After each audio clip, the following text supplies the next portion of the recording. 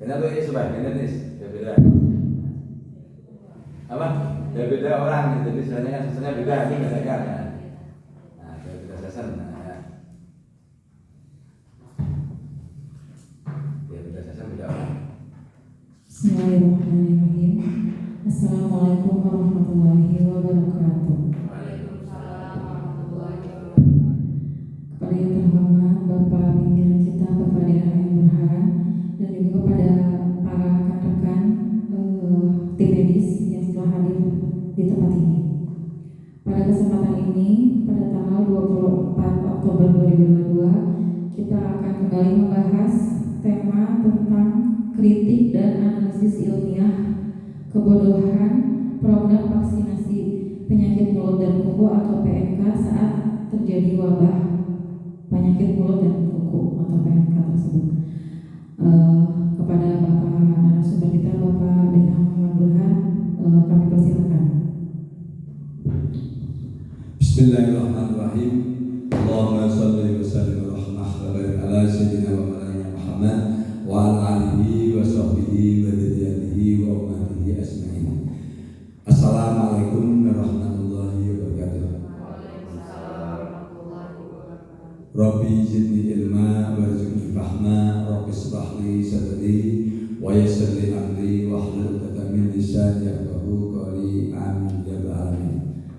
Pada kesempatan ini, hari Senin tanggal 24 Oktober 2022, saya DH Muhammad Burhan akan menyampaikan tentang kritik yang membangun, yaitu program vaksinasi PMK saat jadi wabah PMK di Indonesia.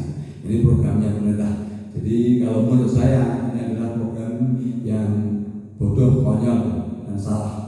Karena orang awam pun, orang bodoh itu kalau seandainya punya bayi lagi pilek, itu dia tidak mau memastikan anaknya. Jadi pemerintah ini kan isinya para profesor, para dokter, para kita. Dia sadar sekali persis bahwa saat jadi wabah itu kondisi sapi secara 100% itu semuanya terinfeksi. Jadi tidak bisa dipilih mana ini nggak infeksi, nggak mungkin, karena tidak mungkin pemerintah atau orang dinas ini ngetes satu-satu setiap ekor satu tidak. Dan memang real penularan PMK, penyakit PMK ini kan 100%. Jadi artinya kalau diwabah berarti 100% semua sapi itu terinfeksi. Jadi berarti logikanya semua sapi kondisinya lagi terjangkit, lagi sakit. Kenapa divaksin? Berarti logikanya secara ilmiah ketika kondisi sapi lagi sakit berarti imunnya lagi rendah. Imun lagi rendah dimasukkan antigen atau bibit penyakit, berarti akan mempercepat kondisi sakit. Yang kedua, bagaimana? Yang kedua, apakah pemerintah itu telah melakukan uji analisis setiap daerah jenis virus yang ada di lapangan lagi terjadi di Indonesia ini, bahwa serotipenya sama dengan jenis vaksin lagi yang lagi diimpor yang katanya dari Perancis. Kalau secara linear iklimnya berbeda. Jadi kalau Perancis itu Eropa subtropis, iklim dingin. Kemudian di Indonesia ini Asia tropis panas. Saya yakin secara apapun pasti iklimnya berbeda. Kalau sama India masih masuk akal. Dan sejarahnya PMK muncul di Indonesia ini akibat kebijakan pemerintah juga. Kalau nggak salah kebijakan Pak Presiden Jokowi tahun 2021 kalau nggak salah, dia mengeluarkan kebijakan impor daging beku dari India. Nah, itu sebenarnya akhirnya makanya di tahun 2021 outbreak PMK. Karena Pak India ini memang sebelumnya PMK. Ini fatal. Jadi sudah kedua kali pemerintah melakukan kesalahan menurut saya. Kalau akhirnya menyalahkan itu dari impor kulit tidak. Kalau impor kulit tidak mungkin menimbulkan PMK. Kenapa? Biarpun itu hasil produk hewan, tapi tidak menimbulkan PMK. Kenapa? Karena pasti biasa sudah mati. Karena ketika impor kulit pasti sudah mengalami penggaraman. Penggaraman harus pekat minimal di atas 10%. Semua jenis mikroorganisme ketika kata direndam dengan garam itu semuanya mati. Jadi artinya kulit yang direndam dengan garam tidak mungkin membawa bibit penyakit PMK. Nah, ini kesalahan. Nah, kemudian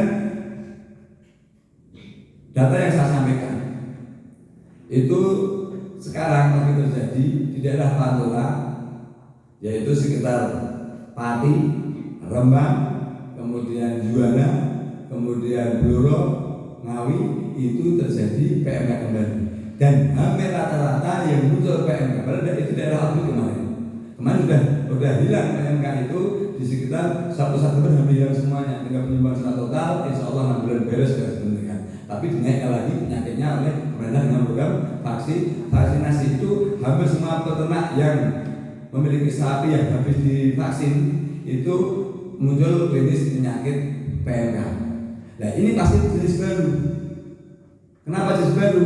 Karena kalau jenis yang sama tidak mungkin, karena dia sudah punya antibodi yang dimunculkan dari katakanlah kemarin saat terjadi wabah, yang dia sudah mau bertahan, berarti dia punya antibodi. Nah kalau sampai muncul PMK kembali dan real kejadiannya secara awam saja bisa diterima setelah divaksin jarak 2-3 hari 1 minggu mereka langsung muncul PMK, berarti jelas ini berarti efek dari vaksinasi. Nah kesalahannya berarti dua, apa? Berarti virus yang dimasukkan dalam vaksin tersebut yang diimpor itu berarti di samping katakanlah jenisnya berbeda dengan virus lapangan, berarti dia ada virus aktif. Artinya virus yang masih hidup yang dilemahkan, bukan virus inaktif.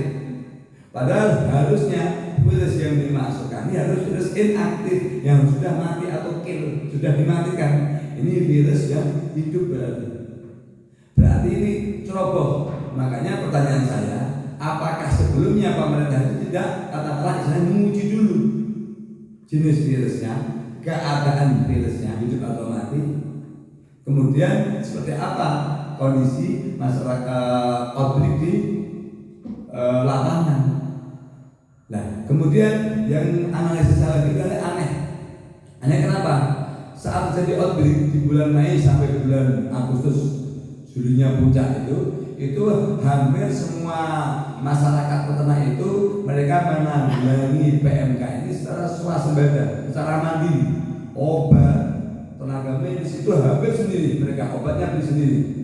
Nah, tapi kenapa setelah katakanlah terjadi wabah selesai sebenarnya di bulan September itu selesai, itu kenapa pemerintah istilahnya menurut saya gila-gilaan melakukan pengadaan obat di setiap daerah, baik kabupaten maupun provinsi sampai pusat, senilai miliaran.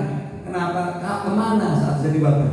Kenapa pengadaan obatnya tidak saat terjadi wabah untuk membantu masyarakat, tapi justru setelah selesai wabah, ketika dia melakukan program vaksinasi, dia malah baru melakukan belanja obat.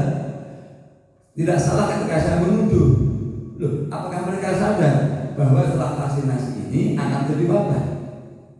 Kok dia baru belanja obat? Ini kan jangan masuk akal, ini bisa cerita teman saya. Di bulan-bulan sekarang hampir semua lagi otak-atik lagi nyusun anggaran untuk belanja obat hampir semua daerah. Ini lagi sudah selesai PMK ini, tapi lagi dimulai vaksinasi. Harusnya kan saat wabah dia muncul pemerintah itu untuk menyelesaikan, mengobati. Nah, bukan sekarang. Nah, sekarang jadi akhirnya saya menjadi suudon. Kenapa? Saat program vaksinasi dia dengan pengobatan, berarti logika saya vaksin ini akan menimbulkan wabah. Maka dia persiapan, mungkin besar moral menunjukkan untuk tanggung jawab dia. Berarti sebuah kesalahan yang fatal. Ini tindakan kebijakan pemerintah paralel tapi salah. Ini saya melakukan ini menyatakan ini kenapa? Karena dia menjadi masukan bagi pemerintah biar artinya kebijakan ini tidak main-main. Kebijakan pemerintah ini kan akan berefek terhadap kehidupan masyarakat peternak. Kalau sampai katakanlah istilahnya kemarin juga pemerintah sudah salah ketika katakanlah dari wabah hampir semuanya mereka mandiri. Dia kan dalam arti mereka mandiri kan tidak, bukan pemerintah yang memang ada beberapa pemerintah ya katakanlah istilahnya melakukan pengobatan, tapi kan tidak seluas sekarang itu. Jadi biar tidak adalah efek dari kebijakan yang salah itu akan sangat merugikan masyarakat, terutama masyarakat peternak. Jadi mohon istilahnya nanti video saya ini bisa sampai ke tingkat pemerintah. Ya, artinya menjadi masukan dan kami sebagai tenaga medis mewakili masyarakat peternak butuh jawaban dengan dasar apa ilmiahnya. Nah, yang saya baca di media itu pemerintah kita melakukan vaksinasi, melakukan pemilihan daerah yang tidak wabah, kan konyol. Tidak mungkin, ini sudah wabah semuanya. Jadi dia vaksinasi kepada daerah tempat yang sapinya tidak wabah. Apa jaminan pemerintah bahwa daerah tidak wabah? Apa jaminan pemerintah bahwa ada sapi itu tidak wabah? Tidak ada yang menjamin. Kalau itu hanya sebuah pernyataan yang tidak bisa bertanggung ternyata dia hanya ngomong, itu ini sangat merugikan masyarakat. Jadi ini biar masyarakat cerdas dan pemerintah berevaluasi sebelum terlanjur katakanlah program vaksinasi. Gila-gilaan menurut saya, udah uangnya ngabisin anggaran miliaran, puluhan miliar, ratusan miliar, dan akhirnya hanya merugikan masyarakat. Dan obatnya juga menurut saya semoga obatnya juga tepat dalam pengadaan obat. Jangan sampai banyak orang pintar, banyak profesor, banyak dokter, banyak dokter hewan, pemerintah pun salah, jangan sampai. Artinya harus benar-benar secara ilmiah bisa dipertanggungjawabkan saat di lapangan memang benar-benar bermanfaat. Mungkin itu saja kritik saya sebagai dokter hewan yang peduli kepada kehidupan masyarakat peternak terhadap kebijakan pemerintah yang menurut saya kurang tepat dan istilahnya tidak benar. Ya mohon maaf kalau kasarnya saya mengatakan sudah tindakan yang bodoh. Demikian, terima kasih. Mohon maaf jika kalimat saya kurang tepat karena mengenai kritik harus pedas. Kalau tidak pedas orang tidak bangun. Jadi saya bersengaja, tapi insya Allah semua pernyataan saya ini bisa saya berdasarkan secara ilmiah kebenaran universal. Otomatis kalau mewakili kebenaran universal secara hukum pasti bisa dipertanggungjawabkan. Karena hukum juga belum tentu mewakili kebenaran universal. Hukum bisa juga hanya mewakili kepentingan. Tapi kalau kebenaran universal tidak akan tertolak dengan ilmu, dengan akal sehat dan hati nurani. Semoga bermanfaat untuk menyadarkan pemerintah dan memberikan pengertian bagi masyarakat kita. Billahi taufiq. Wassalamualaikum warahmatullahi wabarakatuh. Alhamdulillah, terima kasih kepada Bapak Dirham Muhammad Burhan sudah menyampaikan pernyataannya pada hari ini. Semoga bermanfaat bagi para peternak semua.